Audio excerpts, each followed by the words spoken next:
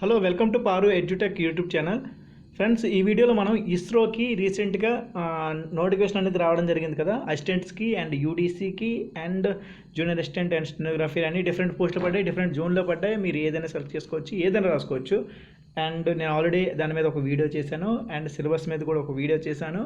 చూడండి, మీరు ఏమైనా డౌట్స్ ఉంటే కామెంట్ సెక్షన్లో రాయండి. అండ్ ఈ వీడియోలో మనం స్టెప్ బై స్టెప్ ఎలా ప్రాసెస్ అనేది చేయాలి, ఓకే, ఒక్కొక్క స్టెప్ని ఎలా కంప్లీట్ చేయాలి, ఏవైనా మీకు డౌట్స్ ఉంటే కేర్ఫుల్గా వినండి. డౌట్స్ ఏమైనా ఉంటే మీరు కామెంట్ సెక్షన్ రాయండి, నేను డిఫరెంట్గా ఇస్తాను. అండ్ దీనికి ఆన్లైన్ అప్లికేషన్ స్పెషల్గా ఎందుకంటే మీరు ప్రతి స్టెప్ ఎందుకు వినాలంటే ఈవెన్ మీరు అడ్రస్ రాసినప్పుడు కూడా చాలా జాగ్రత్తగా రాయాలి. ఎందుకని నేను చెప్తాను, ఎందుకని నీకు డెఫినెట్గా చెప్తాను. ఇది కొద్ది డిఫరెంట్గానే ఉంది, అదర్ అన్నిటికీ కూడా డైరెక్ట్గా ఉంది, కానీ కొద్ది డిఫరెంట్గా ఉంది ఇస్రోకి మాత్రం. ఓకే, చూద్దాం, టాపిక్లో వెళ్దాం. ఫస్ట్ ఇదిగోండి, ఇస్రో అని మీరు గూగుల్లో టైప్ చేస్తే, ఓకే, ఇలా టైప్ చేయండి, గూగుల్లో టైప్ చేయండి. ఇలా టైప్ చేస్తే ఇలా వస్తుంది స్క్రీను. ఓకే, దాంట్లో కెరియర్ అని ఉంటుంది. ఓకే, ఆ కెరియర్ అని ఉంటుంది. ఆ కెరియర్లోకి మీరు టైప్ చేసినట్టయితే, లేదంటే డైరెక్ట్ ఇస్రో అని టైప్ చేసినా దాంట్లో కెరియర్కి వెళ్ళినా ఒకటే, ఇలా వస్తుందన్నమాట. ఇలా వస్తే చూడండి, కెరియర్ అనే ఆప్షన్కి వెళ్తే ఇలా డిఫరెంట్ ఉంటాయి. అంతేకాకుండా ఇక్కడ కొన్ని డిఫరెంట్గా ఉంటాయి. దాంట్లో నోటిఫికేషన్ ఇంతకుముందు వచ్చినవి, ప్రజెంట్ వచ్చిన అన్నీ ఉంటాయి. దాంట్లో చూడండి, ఇక్కడ ఈ నోటిఫికేషన్ ఇది, ఓకే, దీని మీద టైప్ చేస్తారు. ఏంటిది? Advertisement dated swans requirement assistant updating clerk and junior personal assistant, దీని మీద క్లిక్ చేస్తారు. ఓకే, దాని మీద క్లిక్ చేయగానే ఇలా వస్తుంది. ఓకే, ఇది ఓపెన్ పేజ్లకు ఓపెన్ అనమాట. దీంట్లో డీటెయిల్స్ ఉంటాయి, ఎక్సెట్రా, డేటు, లాస్ట్ డేట్ ఎప్పుడు, ఇలా ఏమైనా ఉంటాయి. ఇవి నోటిఫికేషన్స్ మీరు ఏమైనా చూస్తే చూడొచ్చు. నోటిఫికేషను ఇవి సిలబస్ ప్రకారంగా ఇవి ఉంటాయి. సో ఇది కాకుండా ఇక్కడ చూడండి, సబ్మిట్ ఆన్లైన్ అప్లికేషన్ వస్తుంది. ఇది కొద్ది చూడండి, ఇక్కడ వచ్చిన తర్వాత నెక్స్ట్ పేజ్కి వెళ్ళినప్పుడు కొద్ది డిఫరెంట్గా మారుతుంది అన్ని అప్లికేషన్ మీద. అది నేను చెప్తాను. చూడండి, ఇక్కడ ఇలా వస్తుంది. ఇలా మనకు పాపప్ మెనూ ఉంటుంది. You're be directed to external website అని వస్తుంది. ఎస్ కొట్టాలి, ఎందుకంటే సేమ్ వెబ్సైట్లో అవ్వదు, ఆల్రెడీ వేరే ట్యాబ్ ఓపెన్ అవుద్ది. ఆ ట్యాబ్లో మనము చేయాల్సి ఉంటుంది. అది ఓకే అని కొట్టగానే ఇలా వస్తుంది. ఆ ట్యాబ్లో కొన్ని కంప్యూటర్స్కి ఆల్రెడీ పాపప్స్ ఏమైనా ఉన్నట్లయితే ఇలా వస్తుంది. అప్పుడు పైన మీరు ఇక్కడ రెడ్ మార్క్ ఉంది కదా, ఈ రెడ్ మార్క్ చూడండి, ఇక్కడ ఇలా ఉంది కదా ఈ పార్ట్. సో ఆ పార్ట్లో వస్తే మీరు పాపప్ ఓపెన్ చేసి ఇక్కడ ఎల్లో అని కొట్టేసి డన్ కొడతారు.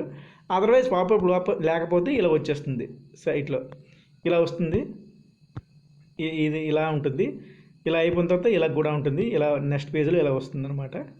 ఇలా ఒక్కొక్క పేజీలో కింద డ్రాప్ డౌన్లో వస్తుంది అనమాట. ఇలా ఓకే, మీకు చూస్తే అర్థమైపోతుంది మీరు ఓపెన్ చేసినప్పుడు. సో దాంట్లో ఇక్కడ చూడండి ఇలా ఉంటుంది అనమాట. ఇప్పుడు ఒకవేళ అప్లై చేస్తుంటే ఇవన్నీ వస్తాయి. ఏమిటి వస్తాయి? ప్రింట్ అప్లికేషన్ ఎప్పుడైనా ప్రింట్ తీసుకోవచ్చు. మేక్ పేమెంట్ ఎప్పుడైనా పేమెంట్ చేసుకోవచ్చు.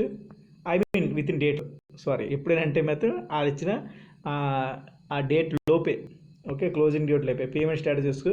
అండ్ ఇక్కడ మెయిన్ ఇంపార్టెంట్ అంటే exam change, veterinary exam centre మార్చుకోవచ్చు అనమాట. ఇది అన్ని ఎగ్జామ్స్కి ఉండదు, దీనికి స్పెషల్గా ఇచ్చారు. ఓకే, ఇప్పుడు చూడండి, ఇలా ఓపెన్ అవుతుంది. ఇదంతా నోటిఫికేషన్ టెక్లో ఓపెన్ అవుతుంది. ఇక్కడ సబ్మిట్ అనే ఆప్షన్ ఉండదు. అయితే ఇక్కడ జాగ్రత్త వినండి, మీరు ఏ జాబ్కి అయితే అప్లై చేయకుంటున్నారో ఆ జాబ్ మీద ఇక్కడ బ్లూ కలర్లో వెళుతూ ఉంటుంది. ఇక్కడ చూసారా? ఒకవేళ జూనియర్ అసిస్టెంట్ అయితే జూనియర్ అసిస్టెంట్, ఇక్కడ చూడండి, ఇవి చూడండి, post number 2 junior personal assistant, post number 3 updating clerk, post number 4 ఇలా ఉంటాయి అన్నమాట. సో మీరు ఏదైతే అప్లై చేస్తారో దాని మీద ఇక్కడ క్లిక్ చేయాలన్నమాట. దీని మీద ఇలా క్లిక్ చేయాలి. ఒకవేళ ఇక్కడ చేసినట్టయితే దీని మీద క్లిక్ చేయాలన్నమాట. దేని మీద మీరు చేయాలనుకుంటారో అది మీరు క్లిక్ చేయాలి. ఓకే, అయితే మీరు ఒక అప్లికేషన్ నింపిస్తారనుకోండి, అసిస్టెంట్ అని అప్లికేషన్ నింపిస్తారనుకోండి. అప్లికేషన్ నింపిస్తే నెక్స్ట్ దానికి వెళ్ళినప్పుడు అసిస్టెంట్లో మళ్ళీ వేరేది నింపకూడదు. అసిస్టెంట్ ఒక పోస్ట్ మాత్రమే ఎలిజిబిలిటీ ఉంటుంది. అంటే ఒక డివిజన్లో అసిస్టెంట్ అహ్మదాబాద్లో నింపేసి అసిస్టెంట్ హైదరాబాద్లో కూడా వేరే అప్లికేషన్ పెట్టకూడదు. ఎన్నెన్ని అప్లికేషన్ పెట్టుకోవచ్చు, కానీ ఒకే అసిస్టెంట్లో డిఫరెంట్ పెట్టకూడదు. So for example assistant Bengaluru పెట్టారనుకోండి, లేదంటే అదే బెంగళూరులో యూడీసీ పెట్టుకోవచ్చు. ఓకే, కానీ అసిస్టెంట్ అహ్మదాబాద్ పెట్టి అసిస్టెంట్ బెంగళూరు పెట్టకూడదు. ఓకే, అర్థమైంది పాయింట్ అది అనమాట. ఒకవేళ ఇది అసిస్టెంట్ని టైప్ చేశారనుకోండి, క్లిక్ చేశారనుకోండి, ఇలా ఓపెన్ అవుద్ది ఆ సైట్. ఏదైతే అప్లికేషన్ ఓపెన్ అవుతుందో ఆ సైట్ ఇలా ఓపెన్ అవుతుంది. దీంట్లో చూద్దాం, ముందు ఫుల్ నేమ్ రాస్తాము. మీరు 10th క్లాస్ టెక్స్ట్ బుక్ అదే 10th క్లాస్ మార్క్ షీట్లో ఎలా ఉందో యాజ్ ఇట్ ఈస్గా ఇది నింపేస్తారు.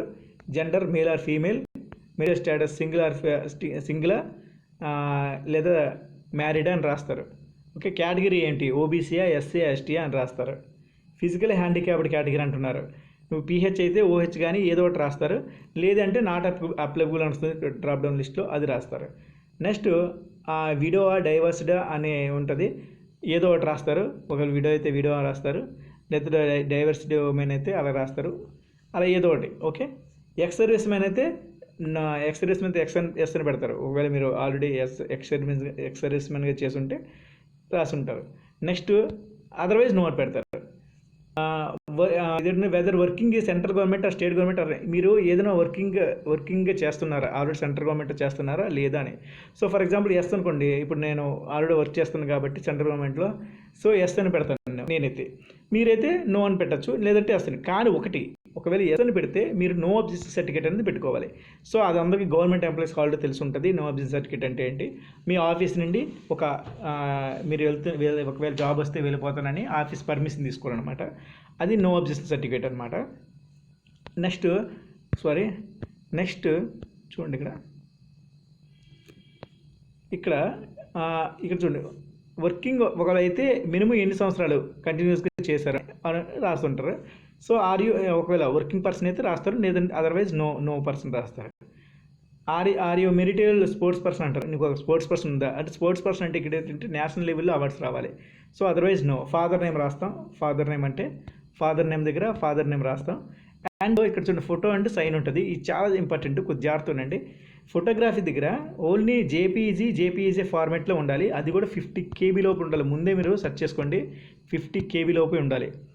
And file name shall not contain any blank spaces or special characters. File name ఎప్పుడు కూడా డైరెక్ట్గా ఉండాలి. ఫర్ ఎగ్జాంపుల్ ఫోటో అంటే ఫోటోనే పెట్టండి, ఓకే, ఇటువంటి స్పెషల్ క్యారెక్టర్ పెట్టద్దు. ఫోటో అంటే ఫోటోని పెట్టుకోండి. సిగ్నేచర్ అండి క్యాండిడేట్స్ ఓన్లీ, ఇది కూడా సేమ్ 50 KB లోపు ఉండాలి. 50 KB చూసుకొని ముందే maximum. And file name shall not contain, file నేమ్లో ఇటువంటి ఏ క్యారెక్టర్లు కానీ గ్యాప్లు కానీ ఉండకూడదు అంటున్నారు. ఎప్పుడైతే ఈ స్టెప్, ఇది మొత్తం 5 స్టెప్స్ ఉంటాయి, ఇదంతా కలిపి ఒక 5 స్టెప్స్ ఉంటాయి. ఆ స్టెప్ అయిపోయిన తర్వాత నెక్స్ట్ ఒక్కొక్క స్టెప్ నిండుకు వెళ్తుంది. నెక్స్ట్ ఇక్కడ అది అయిపోయిన వెంటనే నెక్స్ట్ అని ఉంటుంది, ఆ నెక్స్ట్ క్లిక్ చేస్తాం. ఆ నెక్స్ట్ క్లిక్ చేసినగానే నెక్స్ట్ పేజ్ ఇలా ఓపెన్ అవుతుంది అనమాట. ఓకే, నెక్స్ట్ పేజ్ ఓపెన్ అవ్వగానే కింద మన డీటెయిల్స్ అన్నీ ఉంటాయి, అది నేను చూపిస్తాను లాస్ట్లో. జస్ట్ ఇక్కడ చూడండి, లెంత్ ఆఫ్ సర్వీస్. ఒకవేళ మీరు సర్వీస్ చేసి ఉంటుంది లెంత్ ఆఫ్ సర్వీస్ ఉంటుంది. ఇక్కడ ఒక 3 years 4 years. ఒకవేళ మీరు ఆల్రెడీ గవర్నమెంట్ జాబ్ ఎంప్లాయ్ అయితే అదర్వైజ్ నో ప్రాబ్లం. ఇక్కడ అడ్రస్ చూడండి, అడ్రస్ కూడా మీరు చాలా జాగ్రత్త పెట్టాలి, ఏది పడితే పెట్టకూడదు. ఎందుకంటే అడ్రస్ ఎందుకు పెట్టాలని ప్రత్యేకంగా అడుగుతుందంటే, మీరు ఒకవేళ రిటర్న్ ఎగ్జామ్ అయిపోతే స్కిల్ టెస్ట్ పిలుస్తారు. ఫర్ ఎగ్జాంపుల్ హైదరాబాదో ముంబైయో ఎక్కడ పిలిచారనుకోండి, అహ్మదాబాదో ఎక్కడ పిలిచారనుకోండి, మీరు దగ్గర మీ ఊరు నుండి అక్కడికి వచ్చే రైల్వే ఛార్జెస్ అనేది వాళ్ళే పే చేస్తారనమాట. ఓకే, అందుకు తీసుకోవాలన్నమాట. అడ్రస్ కరెక్ట్గా రాయాలి.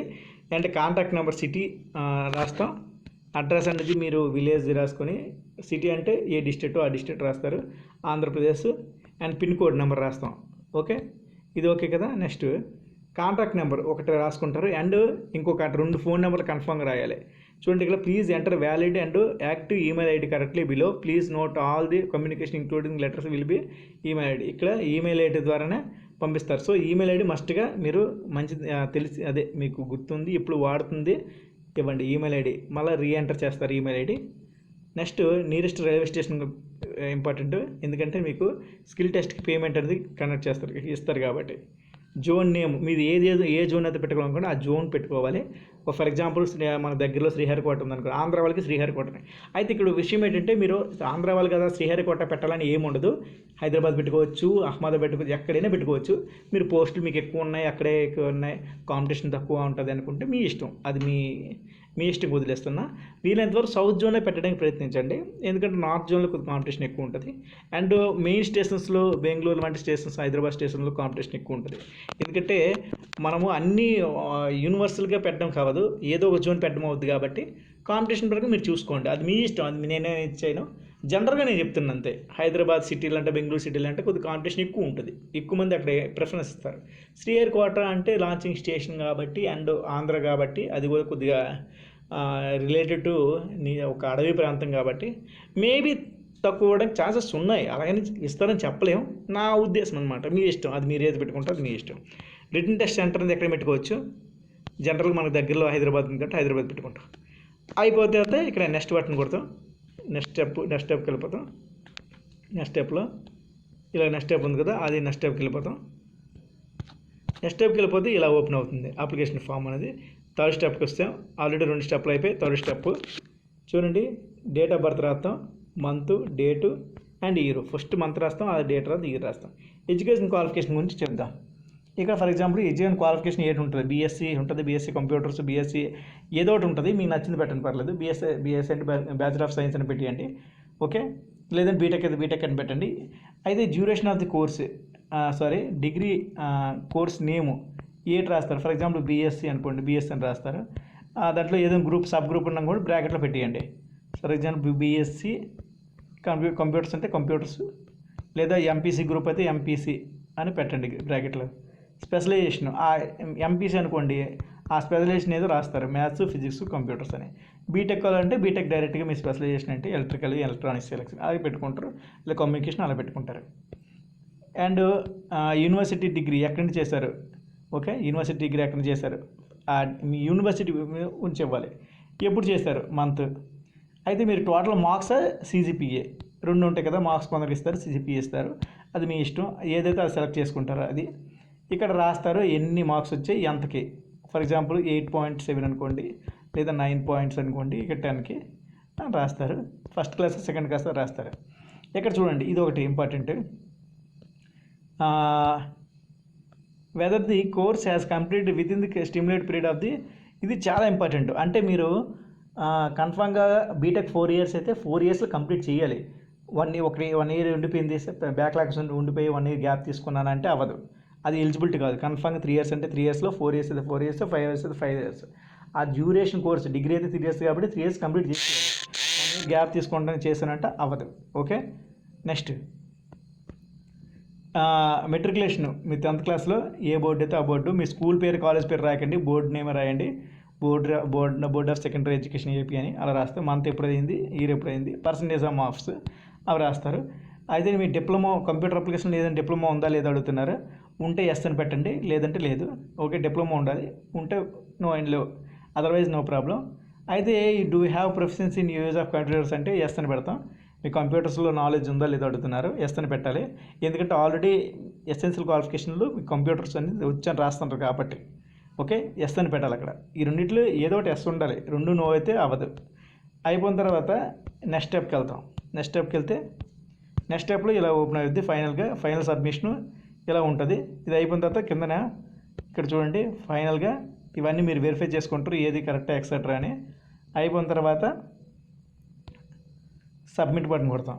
ఇది నేను రఫ్గా చెప్తున్నాను, ఓకే. సబ్మిట్ అని కొడతాం. ఇది ఇప్పుడు నేను అప్లికేషన్ ఇవ్వడం ఫైనల్ సబ్మిషన్కి వస్తుంది అనమాట. ఫైనల్ సబ్మిషన్కి వచ్చిన తర్వాత ఇలా సబ్మిట్ బటన్ కొడితే ఇప్పుడు ఇలా వస్తుంది, థ్యాంక్ యూ ఫర్ ఎక్సెట్రా అని మీ అప్లికేషన్ నెంబర్ వస్తుంది, ఓకే. మీ అప్లికేషన్ నెంబర్ వస్తుంది అనమాట. ఇలాగా 5th స్టెప్ ఇది చూసుకుంటారు. 100 రూపీస్ పే చేయాలి. లేడీస్ ఉమెన్స్కి అయితే అదే అవసరం లేదు. ఇక్కడ మీరు ప్రింట్ అప్లికేషన్ చేసుకోవచ్చు, లేదా మేక్ పేమెంట్. ఇప్పుడు అప్లికేషన్ ఎప్పుడైనా తీసుకోవచ్చు, ఎందుకంటే ఫస్ట్లోనే ఆల్రెడీ చెప్పాను అక్కడ మీరు మళ్ళీ చేసుకోవచ్చు అని. సో మేక్ పేమెంట్ కొడతారు. మేక్ పేమెంట్ కొడగానే పేమెంట్ గేట్వే అనేది సైట్ అనేది ఓపెన్ అవుతుంది. అది చూపిస్తాను చూడండి, ఇలా ఉంటుంది. ఎస్బీఐ ఓపెన్ అవుతుంది. ఏదైతే అది ఇంటర్నెట్ బ్యాంకింగ్ అయితే ఇంటర్నెట్ బ్యాంకింగ్ క్లిక్ చేయాలి. ఎస్బీఐకి క్రెడిట్ కార్డ్ అయితే ఏదైతే అది క్లిక్ చేసుకోవాలి. నేను క్రెడిట్ కార్డుని క్లిక్ చేశాను అనుకుందాం, ఓకే. ఏదైతే అది క్లిక్ చేస్తాం, క్రెడిట్ కార్డుని క్లిక్ చేస్తాం అనుకుందాం. ఓకే. నెక్స్ట్ అయిపోయిన తర్వాత ఏది క్లిక్ చేయగానే ఇలాగ ఓపెన్ అయిపోద్ది నెక్స్ట్ సైట్, ఓకే. ఆ ఓపెన్ అయిన తర్వాత మీరు కన్ఫర్మ్ కొట్టాలి. కన్ఫర్మ్ అని కొట్టగానే నెక్స్ట్ అది వితిన్ 5 మినిట్స్లో కన్ఫర్మ్ కొడుతుంది. ఇలా ఓపెన్ అవుతుంది. నేను క్రెడిట్ కార్డు పెట్టిన కాబట్టి క్రెడిట్ కార్డు ఓపెన్ అవుద్ది. క్రెడిట్ కార్డులో డీటెయిల్స్ కొడతాం. డీటెయిల్స్ కొట్టిన తర్వాత పే అని కొడతాం, ఓకే. పే అని కొడితే నెక్స్ట్ సైట్ ఇలా ఓపెన్ అవుద్ది. ఓటీపీ కొడితే ఫైనల్ సబ్మిషన్ అనేది అయిపోతుంది అనమాట. ఇది అయిపోయింది. నేను ఓటీపీ అనేది తర్వాత సబ్మిట్ చేయలేదు, ఓకే. సో ఇలా సైడ్ అయిపోయిన తర్వాత మీకు ఫైనల్ ఇది వచ్చేది అప్లికేషన్ ఫామ్ ఎంచుకోవచ్చు. మళ్ళీ మీరు నెక్స్ట్ అప్లికేషన్ నింపాలనుకుంటే మళ్ళీ సేమ్ ఇలా ఫస్ట్ నుండి వెళ్ళిపోవాలి. ఇలాగ ఓపెన్ అయిపోయిన తర్వాత ఇలా ఓపెన్ అవుద్ది. ఇలా ఓపెన్ అయిన తర్వాత ఇలాగ ఓపెన్ అవుతుంది కదా. ఫైనల్గా ఇంకా నెక్స్ట్ ఇప్పుడు మన అప్లికేషన్ ప్రింట్ చేసుకోవాలంటే print application make payment print application next తీసుకోవచ్చు, లేదా చేంజ్ చేసుకోవచ్చు. లేదా అసిస్టెంట్ కాకుండా యూడీసీని అప్లై చేయాలనుకున్నాము, యూడీసీ మీద క్లిక్ చేస్తాం. యూడీసీ మీద క్లిక్ చేస్తే నెక్స్ట్ ఇలా ఓపెన్ అవుద్ది. మళ్ళీ సేమ్ ప్రాసెస్ అంతా ఇది ఫ్రెండ్స్. ఇంకేమైనా డౌట్స్ ఉంటే మీరు కామెంట్ సెక్షన్ రాయండి, తప్పకుండా నేను రిప్లై ఇస్తాను. Thank you watching this video.